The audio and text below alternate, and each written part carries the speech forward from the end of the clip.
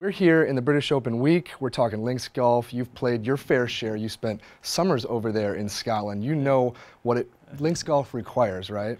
It's certain types of tee shots, certain types of approaches, just managing the golf course. And you're going to give me some tips on how players need to play this week. That's right. I'll try. It's like if we were at Augusta, I'd be teaching you how to hit a draw around the corner at 2 or 13. But the great thing about the Open Championship, and this is why I think older players tend to win there, is that in all the crosswinds, you've got to be able to work the ball left to right, right to left, but you've got to be able to knock it down. You've got to be able to hit it up in the air. So you really are accountable for pretty much every shot in the game. So you got to have a knockdown shot. And to hit a knockdown shot, you've got to grip down on the club a little bit. Okay.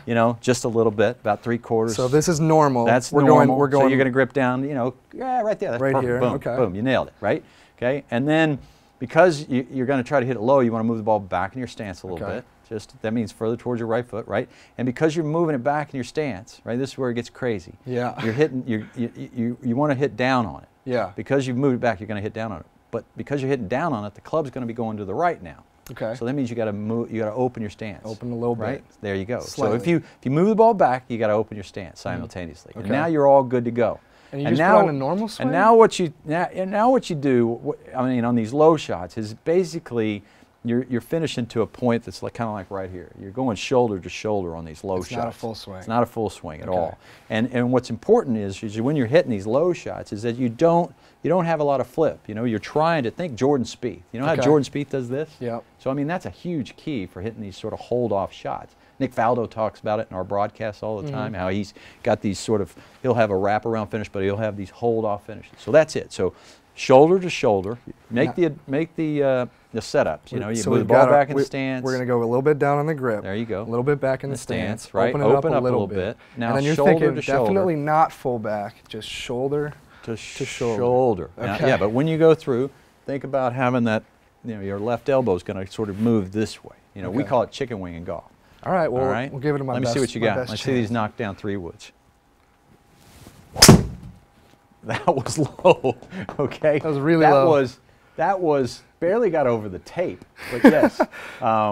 Yes, now we're we're on the upslope of the bunker. Not quite the launch angle you're looking for. That's a pot bunker. Your caddy right now is going to tell you you're dead.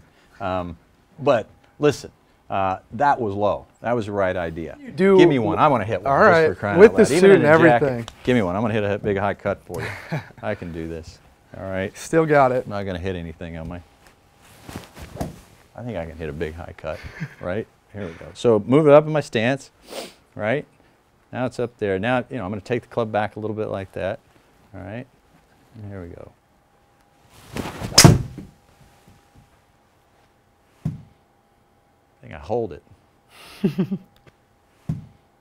There's a reason Tom Watson was such a great Open player. One, he was a great scrambler, smart guy, but he could hit all these beautiful shots, all the left to right and right to left, and that's what's key. You have to work the ball at an Open Championship. Henrik Stenson was a great example of that last year.